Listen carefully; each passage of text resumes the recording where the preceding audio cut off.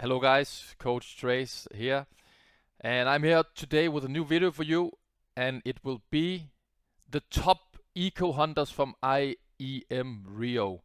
I have watched 61 maps, 61, every single map at the tournament, so huge analysis, and I'm going to walk you through the players that are maybe hunting a little bit too much, and I'm going to give the players a score from 1 to 5, 5 being the highest, of course. So if a player is not on the list, it means he didn't do anything, he's not making any crimes, he's just doing his job. No nonsense bullshit. And I'm not just pulling these scores out of my ass. I have some parameters that I'm going to judge the players on, and I will be telling you about that in a minute. If you don't care at all about why they're getting the scores they're getting, just go down, click on the players you'd like to see. But if you want to know a little bit more about Counter-Strike, I recommend you staying for this one. Okay, so the first one is the round in any danger? Can the team still lose the round? How's it looking? I'm just going to use this as an example this round to show a little bit what I mean. Now it's a 5v4. This round is not over yet, which means Heroic will benefit from having, say, this map control sjuush have right now, so they can go back if anything crazy happens. So right now, this map control sjuush has is valuable to Heroic, but as the round progresses, as we see now, Heroic are walking up B. They get 2 kills. They get the bomb site, 5v2. At this point, there will be a new objective for Heroic, which will be survive all 5 players and don't give any guns away to the opponents. Of course, xertion has a Mac 10. He could go a little bit hunt. He could lose that. It wouldn't be big of a deal. But that's the new objective. Survive as a team. Don't give any weapons away. And because the round is over, it's secured. There's no risk of anything. You know, it cannot go wrong. So this map control now for sjuush is not that important that it was earlier. And you see he is peeking a little bit on timing. And this is not a bad duel for him at all. He dies, gives up an AK. And maybe sjuush got a score from this one, but I will be back with that later. Then we have the second one, and that is repeaking for no reason and taking less favored duels. And that is not something I don't need to bring up an example here. It's pretty obvious. Don't need to lower your own odds in the rounds just because opponents are on pistols and you want those frags. And of course, sometimes you do need to peek. Sometimes you have to peek. You can't be scared. In some situations, it's not possible to fall back, so you have to take the duel. And of course, I have all that into consideration. Don't worry.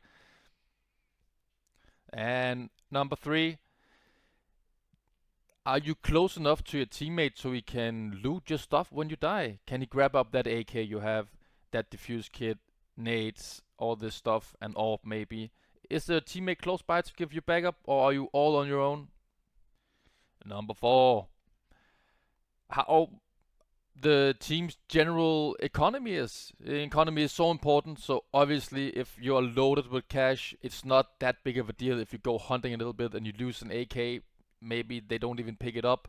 But if it's early in the half, it's tight, the money is tight on the team, the mistake will just have way more impact, and that's bad. That's bad. That's awful. It's terrible. It's a huge mistake. And then we have 2 more left. And then we have 2 more left. I think is it number 5 and number 6. 2 largest offenders. We will need like a nationwide search for these guys. You know, worst crimes that you could possibly do in this sort of game. And the first big crime is if a player's death leads to the opponent picking up a weapon. And of course, if it's a difficult round to win, for example, versus, you know, armored pistols, pretty good half by, it's not as bad as losing weapon. It's just that if you die and lose your weapon, it is if you die all alone in a place where it was not really difficult for you to get back, and you just hand over a weapon that will have a huge impact on the round. And the last one, peeking with low HP, huge crime. Don't do it. Let's see if anyone fall into that category. Chelo, all alone. He hears one guy in suicide. decides to peek out, gets 2 and dies. Loses Mag 10, no biggie, Kevlar, a smoke, 2 flashes, quite a decent amount to lose.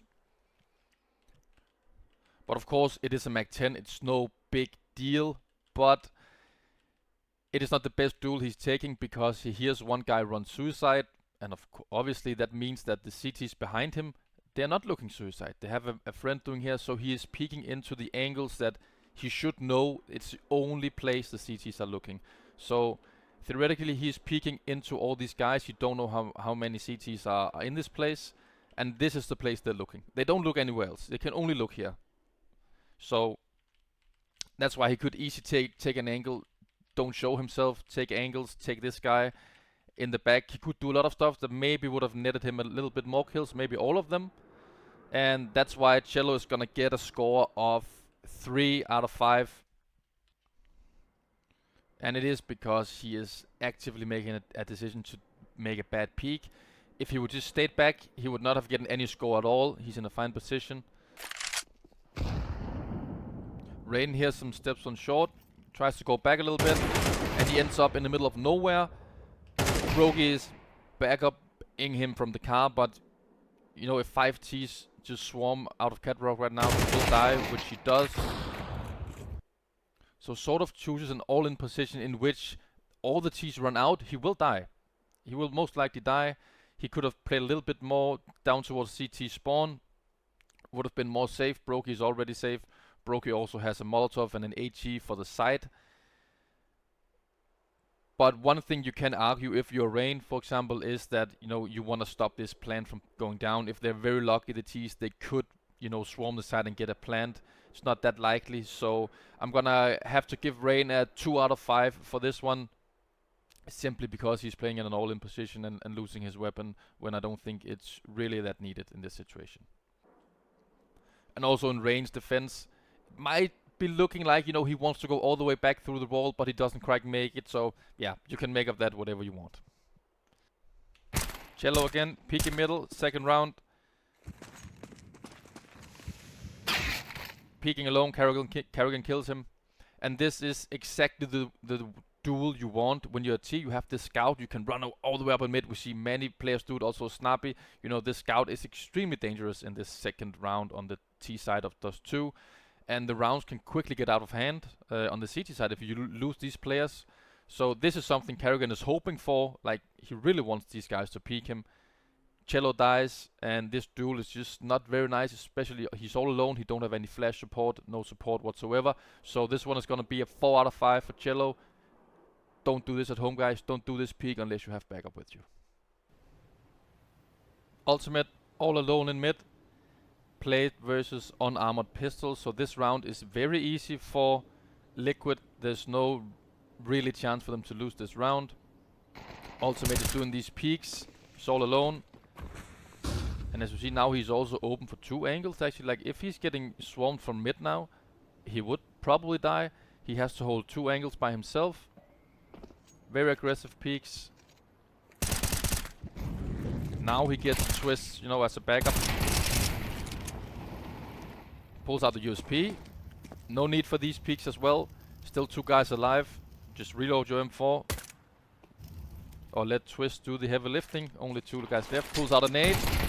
And also dies because of it. So with all that I just mentioned, and the fact that this peek down from this area up top middle, this is also exactly what you want as a T. You're hoping for the CTs to peek out so you can just bang, do the 1 deke, crouch down, really risk free for the terrorists, and you're just hoping you can do that 1 deke. I've seen this so many times, and this is, how can I explain it again? This is the only way that the terrorists are gonna get, you know, an entry into this round. If they don't get this kill, there's just no way that they can take any duels whatsoever, that they can, you know, get into any side. This is the only duel they really want, and that's when it can get out of hand for the CTs. So unnecessary peeks, and especially when the round is so easy already, then there's no way to take these risky plays, and that's gonna earn ultimate 4 out of 5 on the Hunter scaler. We're up there on this one.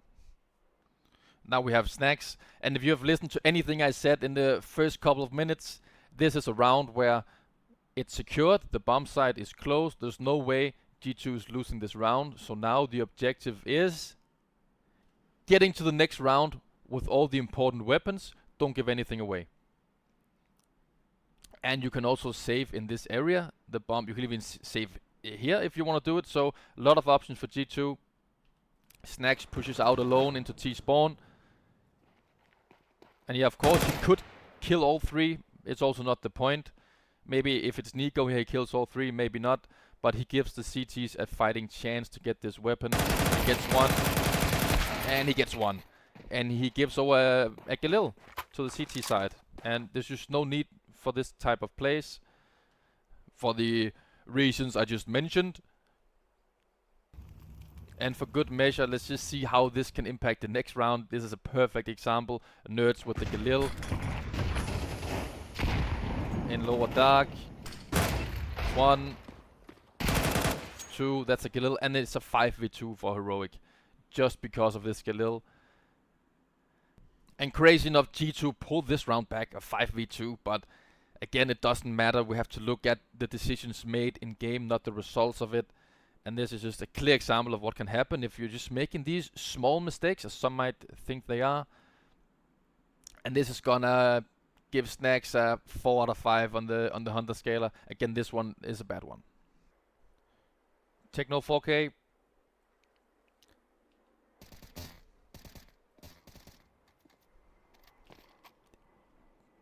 Gets caught.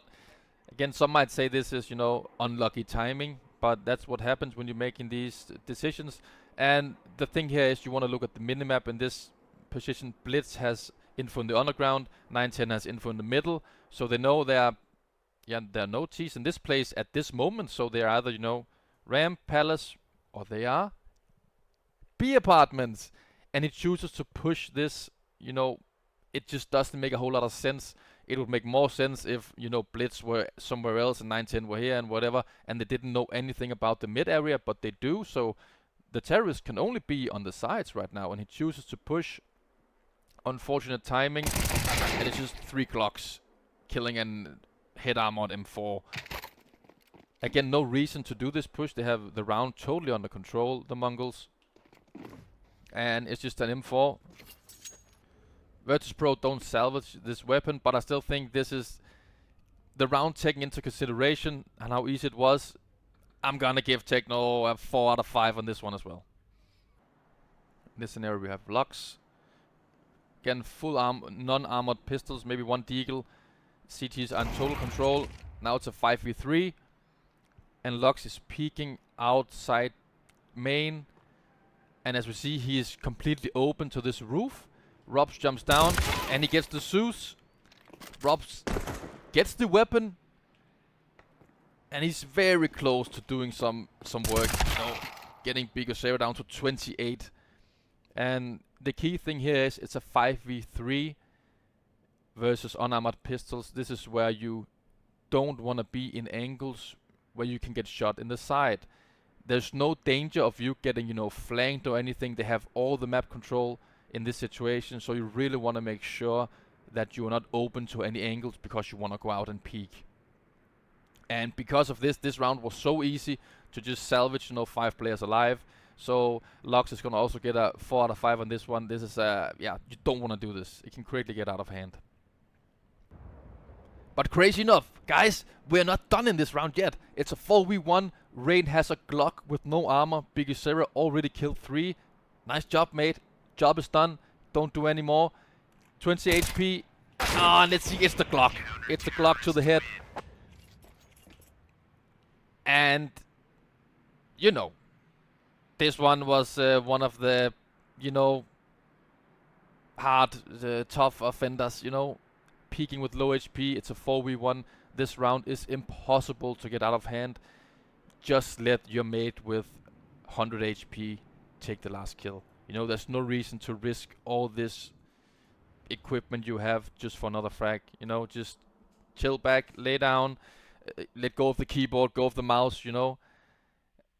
And this one is we have it 5 out of 5. This one is bad, especially because he's under no pressure at all. This is a totally active decision he does, and it's just, yeah, it's not looking good.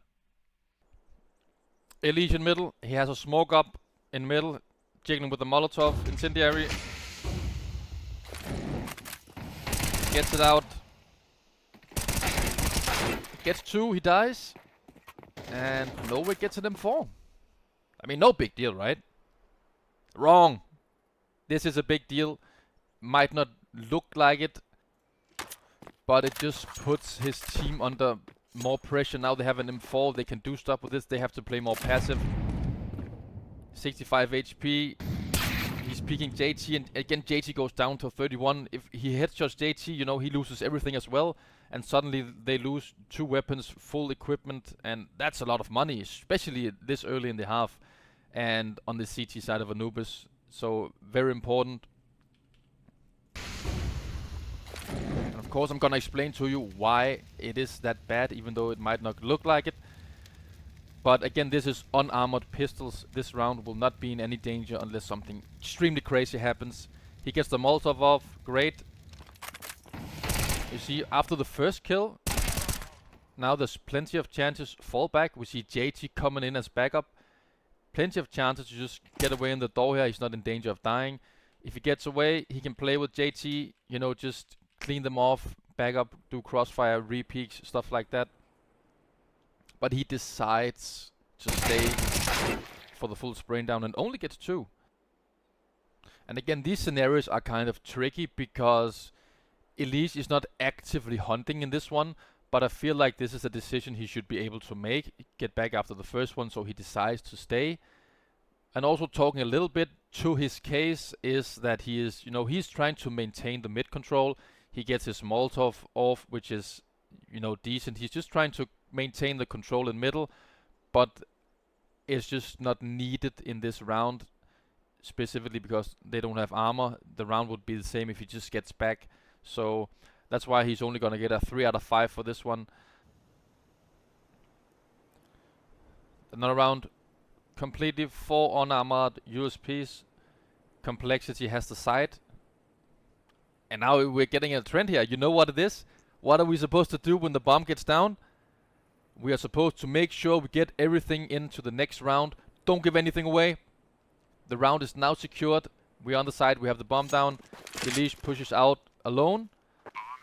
And this is where you don't want to be in a position where if you get swarmed by 4 USPs, you shouldn't be able to die. You should be in a position where you don't die, or at least have a teammate with you, so you can kill all the CTs without them salvaging a weapon for the next round.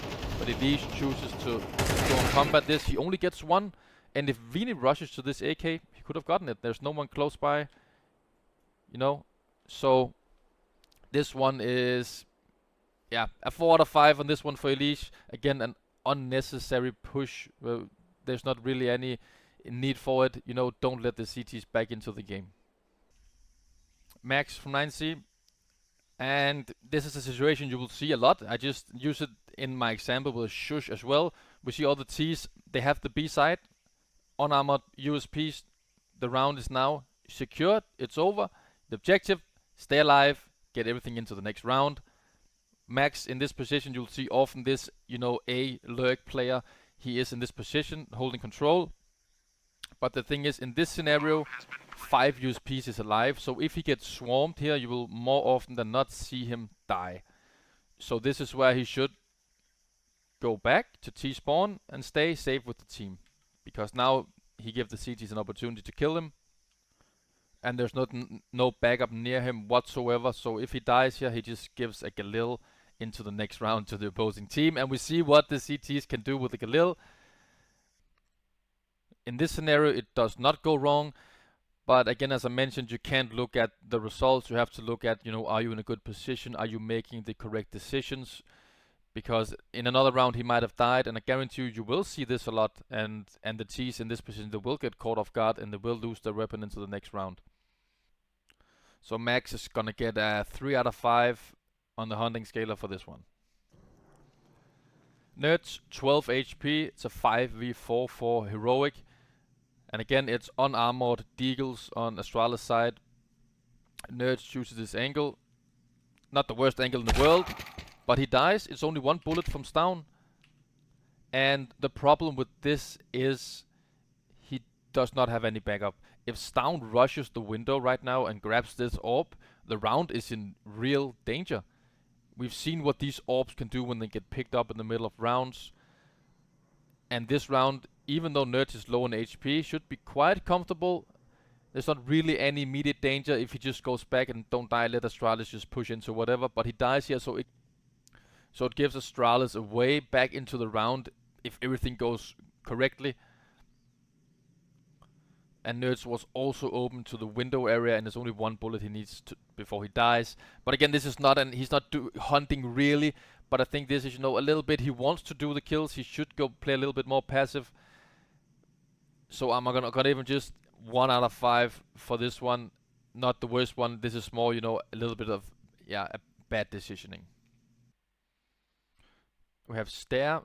He's in the middle of everything right now.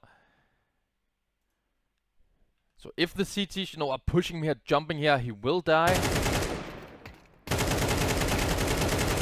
Does not. He gets on a little bit of pressure with the thing through the wall, but he survives. And again, you might think it's whatever, he gets all the kills, it does not matter.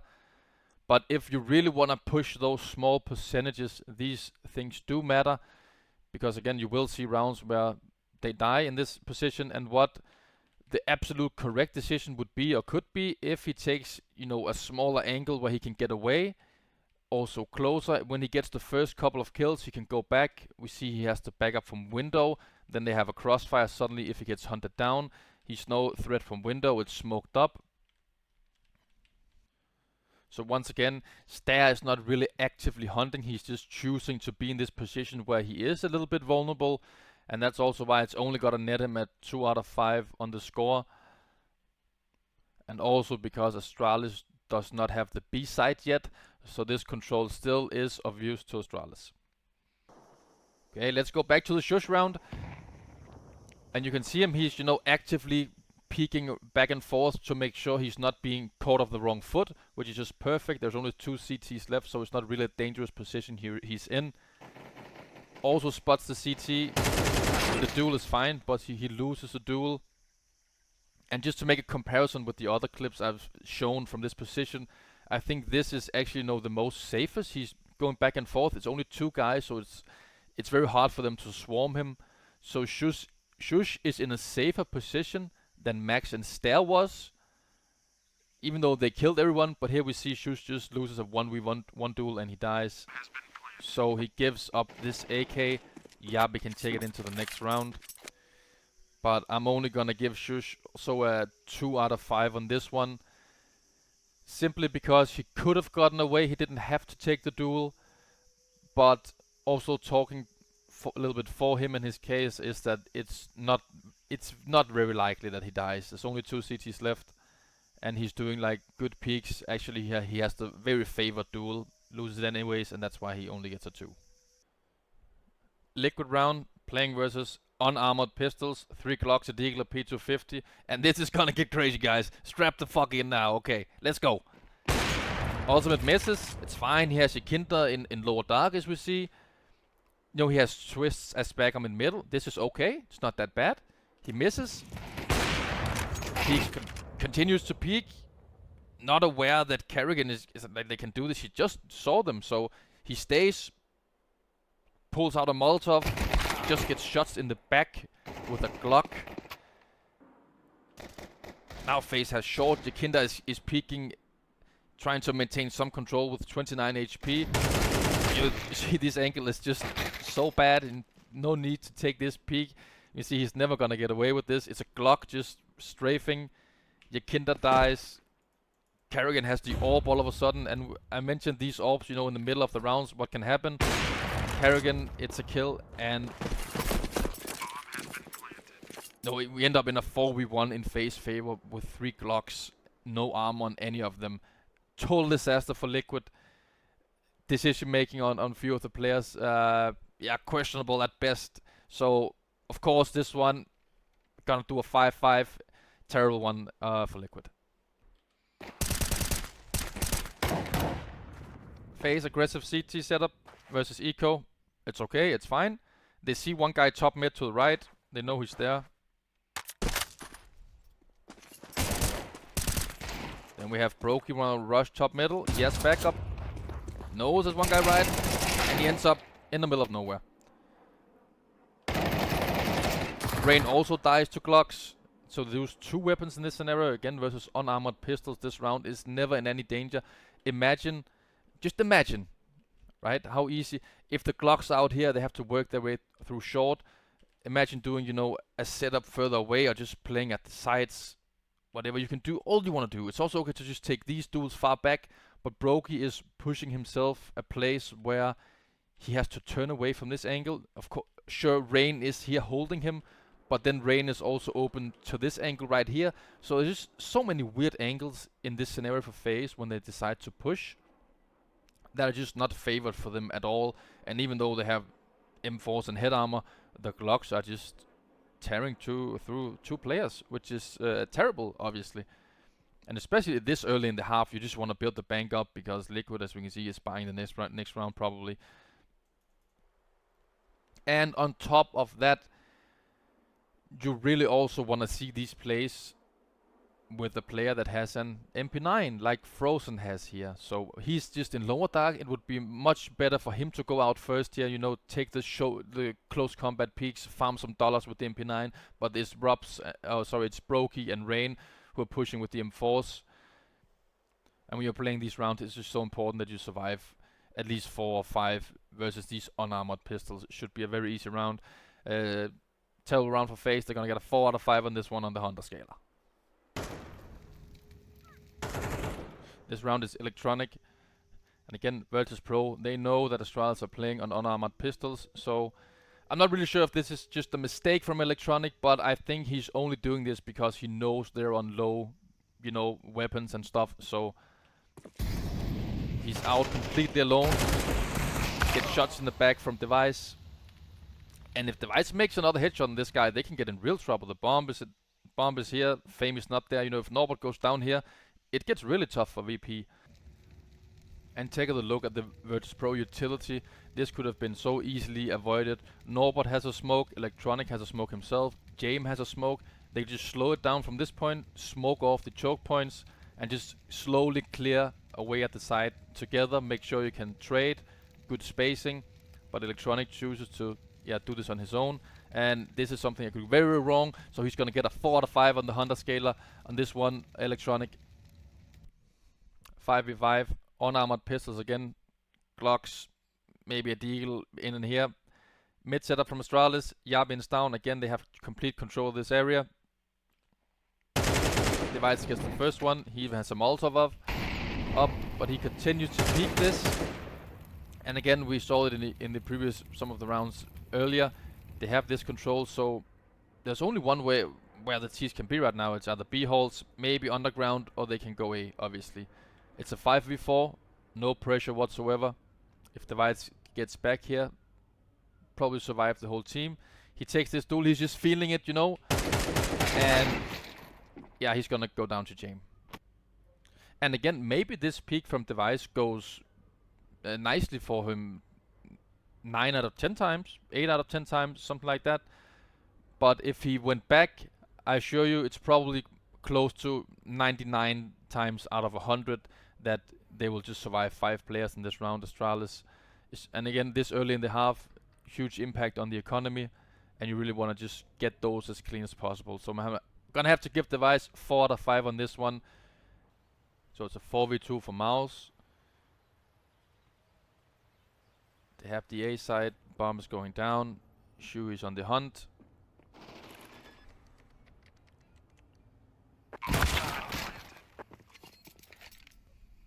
And he gives up the Galil.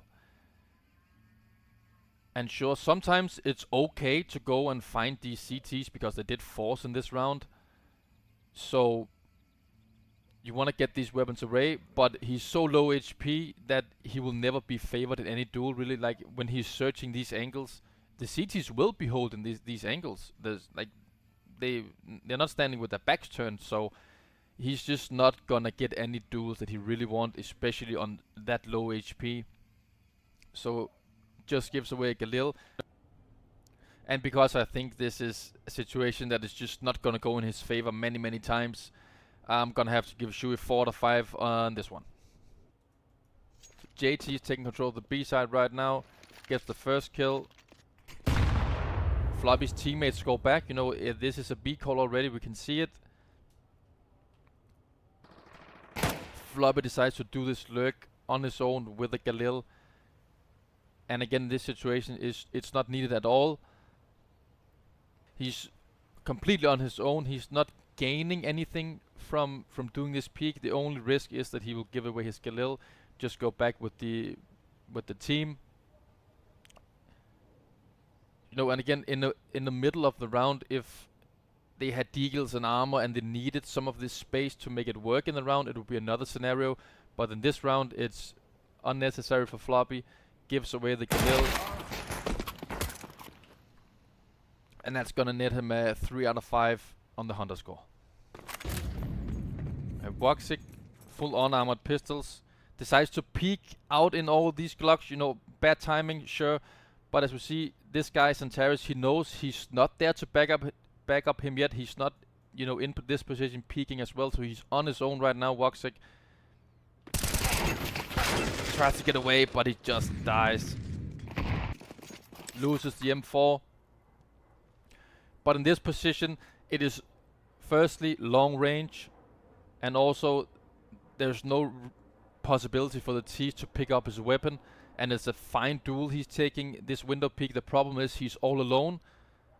If Santaris was in connector, this would be a 0 out of 5, then they would both be peeking, but because he's all alone, I'm gonna give him a 2, and because they can't pick up the weapon, and it's also a good duel for him on the long range.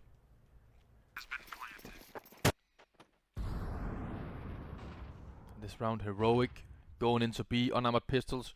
sjuush clears mid. They have the A side. The bomb is going down. Now the round is secure. They know there are no CTs on the A side, probably. So the 4 CTs are somewhere else. And maybe they're together. This moment, sjuush has the chance to escape. He could have made it this way. He knew. He just cleared the middle. He could have gone back, stayed with his team. He chooses to stay. And on Ancient, we saw all the players actually having really much success with killing all these unarmored USPs. Gets 2, and that's it. 2 kills. Spinks picks up the AK for the last round. So sjuush had an escape route with the team. He chose not to take it when the opportunity was there. And just to elaborate a little bit on this, for example, in this scenario, when Heroic don't have the A side yet, this is fine for sjuush to be in this position, because if it goes wrong and they get slaughtered on the A side, you know, they have an escape route back to the B side, where sjuush has this control, because if he left now, if they died here, they would just be stuck on this part of the map. So right now what sjuush is doing is just great, it's fine. Keeping control if things go horribly wrong. You know, if they have a huge stack on the A side, they can always go back to B. But at this point, right now is where he should have left, because now Heroic has it completely under control. And did I mention his score? I don't know. But he gets a 3 out of 5 for this one, because he was not under any pressure and he could have quite easily made the decision to just go back. 5v5, bomb is down. Techno 4K, Mag 10, only armor, nothing really to lose. But he goes out and clears this corner without clearing any of this first. And when there's 5 USPs alive or CTs alive right now, he should know that they might together. They should be together in some sort of stack. He chooses to peek this one. And it's not the end of the world, but he should know that the success of him doing this is not that high, you know, when they are stacking. He's all alone. But again, it is a Mag 10. But he throws it away for free, so it's not that big of a deal. So I'm gonna give Techno a 2 out of 5 for this one. It could have netted him a lot of kills, whatever, but in this particular situation, I think 5v5, all alone, not doing the proper jiggles, angle clearing, that is what is getting him a little bit on the hunter list. 5v3 for Virtus.pro, unarmored pistols. Flit all alone searching these angles. With an AK, they have no information of any of the CTs. If 3 CTs are stacking in the CT spawn and they're killing Flit right now, they just get an AK for free. And he's not doing anything, you know, his team is escaping outside of B as they should. He's just searching these angles all alone. Kind of weird. No reason to do this, he might get punished. So even though there are no repercussions for this one, Flit is gonna have to get a 4 out of 5 of this one. Getting really unnecessary, just go with the team. This round we have Electronic peeking all alone. He has a little bit of backup down in the middle. We see the smoke coming in now from MongolZ, so when this smoke, it blooms. His support from middle is not there anymore. Take the first kill. He continues to take these peaks down in lower dark. And again, these headshot angles from the terrorists. He got the first kill, that is a 5v4, but he gives the MongolZ a way into the round by just keep repicking. He don't really have any advantage in this duel, he's just taking it. sjuush pops his head off. Now there's a free M4 on the ground, which they're gonna salvage. And then we end up in a 4v4 situation with an M4 on the T side. They have nades left. Now it's not really comfortable for the CTs to be playing. If Electronic just went back, this round would have been a lot easier. So Electronic down alone is going to give him a 4 out of 5 on the Hunter scaler. Don't die alone, and especially don't give your weapon away. It's a 5v4 for MOUZ versus unarmored pistols again. Siuhy is making his way out on short, just getting a lot of info. They have 2 man connector. Torzsi gets dinked, down to 38. Siuhy is still out of the B side. You see, now we actually get the call, you know, that probably no one is in B. They're also taking the bomb away to the B side, but this is where the T's are peeking too much. They're starting to peek up A side. Brollan also dies, and they end up losing 3 guns to these 4 USPs. Let's look at Brollan's point of view as well. Almost gets sjuush from Robs, gets out, and he gets shot in the side as well. They're just taking all these peaks while Siuhy is on the B side. So in this round, MOUZ is under no pressure at all. Siuhy has all the information. They can just sit back in their positions and just wait for the CTs to come into the crosshairs, because there's no need to be forcing these A duels when they have all this control. With Siuhy, they can just relax and stay put. So all these things considered, I'm gonna give the MOUZ boys collectively 4 out of 5 on the Hunter scaler. Too many unnecessary peaks in a round that should be very easy, and detrimental costs. 3 guns are lost. 5v5, again unarmored pistols. Scoreline is 9-9. Cash is extremely tight on both teams. Nice easy cleanup. Now it's a 5v2. Still 2 unarmored pistols. Torzsi with the orb decides to jump with the P2000, sorry, loses his life. So Torzsi's was the first mistake. He actually dies. Brollan, 4 HP. This is where, let go of the keyboard, stay safe. But he chooses to do this peek. And granted, you know, it is fast, he gets the kill, but it's just 1 bullet and he's dead. And MOUZ lose 2 players in this scenario. They only lose Torzsi now, but Brollan could also have been punished in this scenario. And versus these Glocks in a 5v2, they're not under any pressure. It should be easy, just stay back and let the teammates do the rest. Don't jump with the pistols, just take the duels that are still favorable to you. And given the circumstances of this situation, the scoreline, the money, and how easy it was to just stay back, I'm gonna have to give these MOUZ players a 5 out of 5 on this one. Questionable decisions at a very, very tight, close game. Siuhy is alone in middle. Again, 5 unarmored pistols. And to draw comparison to the previous rounds, as we can see right now, this mid control just before this B pop happens is important to MOUZ. It is important to have this control so they can go back if it goes wrong on the B side.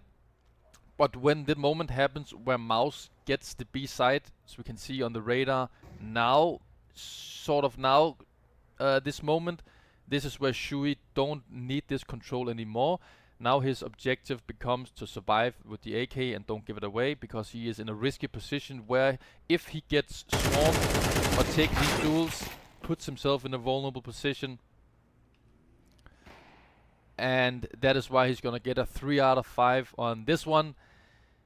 And it is because, you know, it's very close knit. He's not that, you know, out in the open. He's, you know, maintaining some sort of control. He's not like actively hunting that much, but it's more like, maybe more like a 3.5, close to a 4. Yeah. 5v5, torzsi on the A side.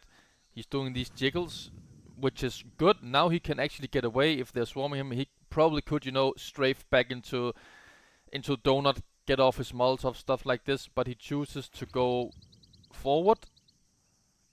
Instead, again, he's all alone.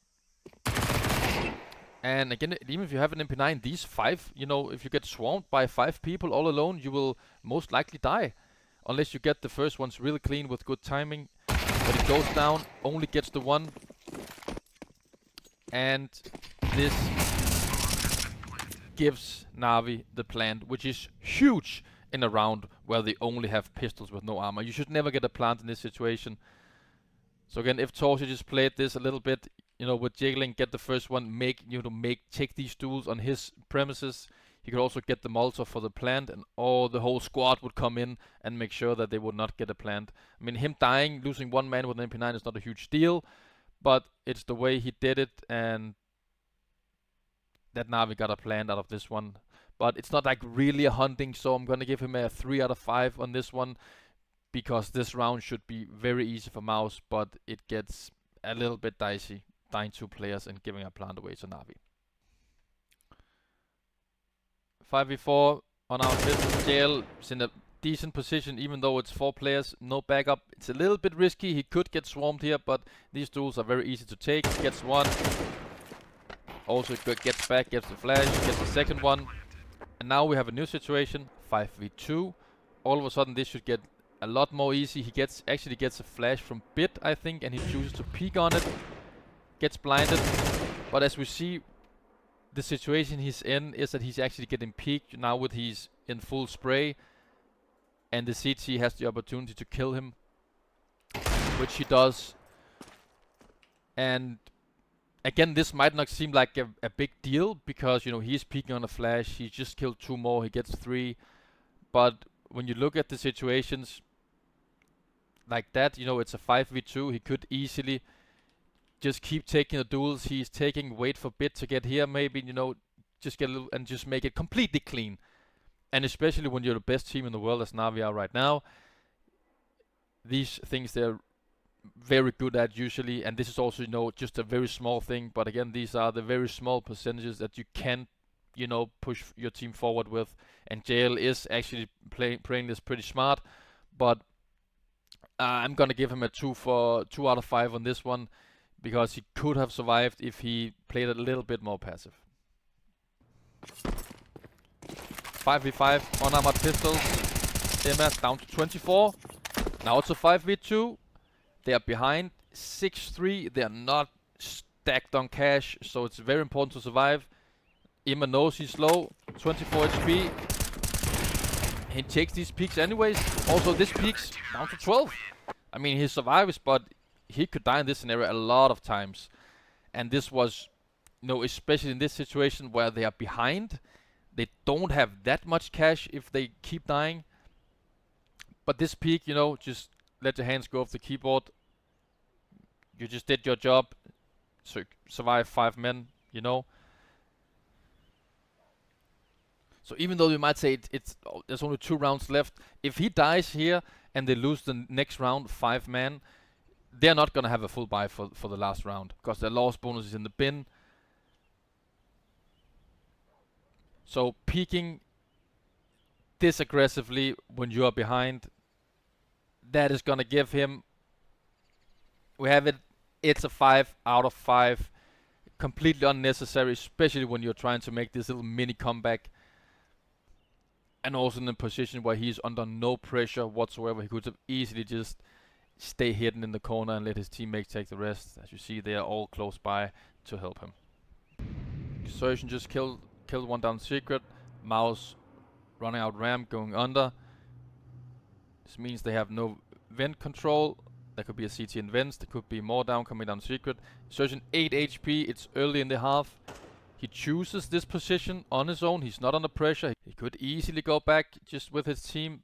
You know, now he's all alone, 8 HP. So if he's unlucky, if this guy swings him, he could die. He could also swing out from the vent. You know, and only now he gets back.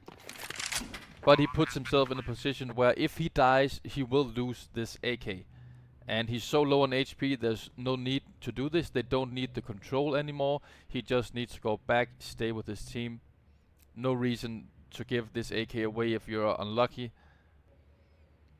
And also because it's a tight game. You're behind. You want to rack up that cash. You don't want to give an AK over to the CT side of Nuke, which is just extremely dangerous. And I think because I think this is such an easy decision for Xertion. Again, he's not under pressure. All he has to do is go down in single, go join the team. This is yeah, way too much hunting, and I'm gonna give him a 4 out of 5 on this one because I feel like he's not under any pressure. He could easily go back, and what could have happened could have been seriously bad. And finally, we are at an end. That was a long one. And again, if a player's not on the list, that means he did not make any crazy serious mistakes in these rounds. And of course, some of the teams have been playing a lot more maps. I will link it down in the description so you can see how many maps the teams played. Because of course, when MOUZ has played 18 maps, they will of course have more situations, maybe. So that's it for me this time. I really hope you enjoyed it and it made sense for you. So thanks a lot for watching, and I will see you again next time.